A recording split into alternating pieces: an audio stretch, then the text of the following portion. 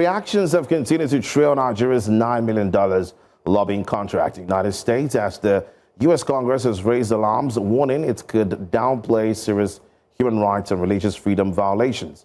Now, during a joint hearing, lawmakers discussed Nigeria's designation as a country of particular concern under the International Religious Freedom Act. They also highlighted cuts in U.S. foreign assistance, including programs supporting faith leaders and conflict-affected communities.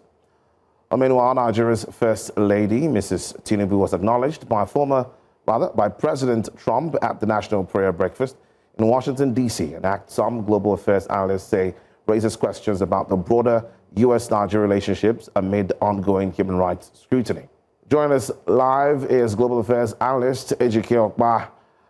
Of course, we're going to have a conversation as regards to Nigeria and U.S. relations. Thank you, Mr. Ukpa, for joining us. The U.S. Congress has raised concerns about Nigeria's $9 million lobbying contract, particularly in the light of human rights issues. How serious are these concerns, and how could they affect Nigeria and the U.S. Relations moving forward? Well, I mean, if the lawmaking arm of the U.S. Government, the Congress is raising concerns, obviously what that means is they're going to block any attempt of the lobbyists, to try to influence anything towards that would be favorable to Nigeria. So, I think at the beginning of this thing, or when this thing happened, I said this is medicine after death. Since Tinubu came into power 2 years and plus, he never considered it worthy to have a U.S. Nigeria-U.S. ambassador.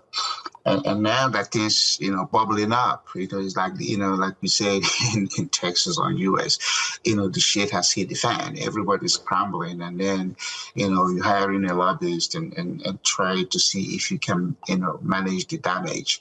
It's not going to work. So the lobbyists that took the money obviously should have advised the client, look, this is an uphill task. I don't think I can do anything for you, and I can refund you the money if I don't do X, Y, Z. And all this excitement about Trump, acknowledging Mrs. Tinubu is nothing. Mrs. Tinubu is not an elected official. She happens to be the wife of the president, which is good. She has no legislative agenda. She has no policy, mandates to go on behalf of Nigeria. And don't forget, this event was, a prayer breakfast. So protocol is going to require and demand that the president extend a courtesy acknowledgement to any VIP who is in that audience. It doesn't mean that at the end of the day, the president had a one-on-one with her or invited her to the Oval Office. Even if she went to the White House, it didn't mean she went to the Oval Office. Because if you go to the Oval Office, it's no longer about the personal interests, it's about issues that are particular to you.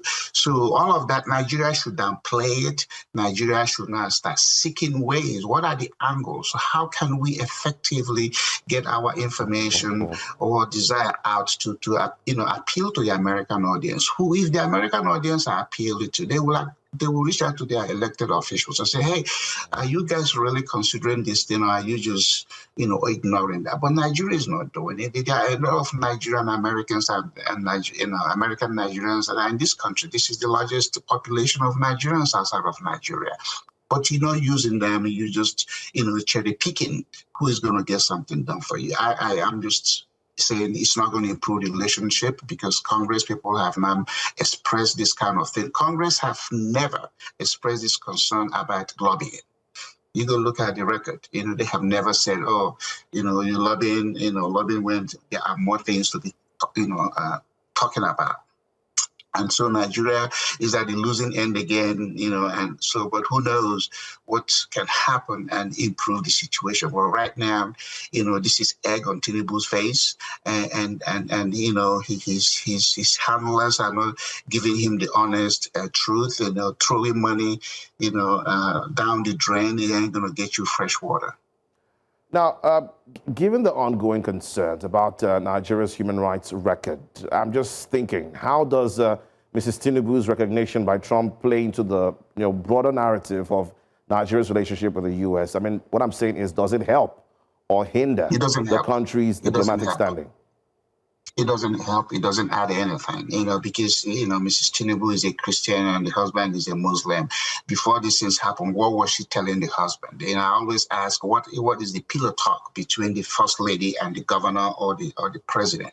That is where you have to be effective, and not to come in and do the peacock thing, globally when the damage is already done. So Mrs. Tinubu, she used to serve in the Senate. So what did she say when she was in the Senate? Did she even acknowledge that these things were happening? I say, honey, as a husband, we got to do better. It's not a public relations thing, that is just to get a cheap, what we in America call, cheap publicity. That this doesn't do nothing for her. In fact, instead, it's going to damage her own reputation, because she didn't wake up one day and find this thing out. She used to be, the husband was a governor, and then she served in the Senate, and she too was in the Senate. When you guys go home outside of the camera, what are you saying in your bedroom? What are you saying at your dining table? Or is this just about your own personality laundering, as opposed to issues facing Nigerians that 99% of Nigerians are unhappy in Nigeria? So her appearance in Washington, D.C. hasn't moved the needle to the positive side. In fact, if anything, it's a minus. All right, thank you so much, Mr. Ejike, Ejike Ukpa, of course, for having this conversation with us.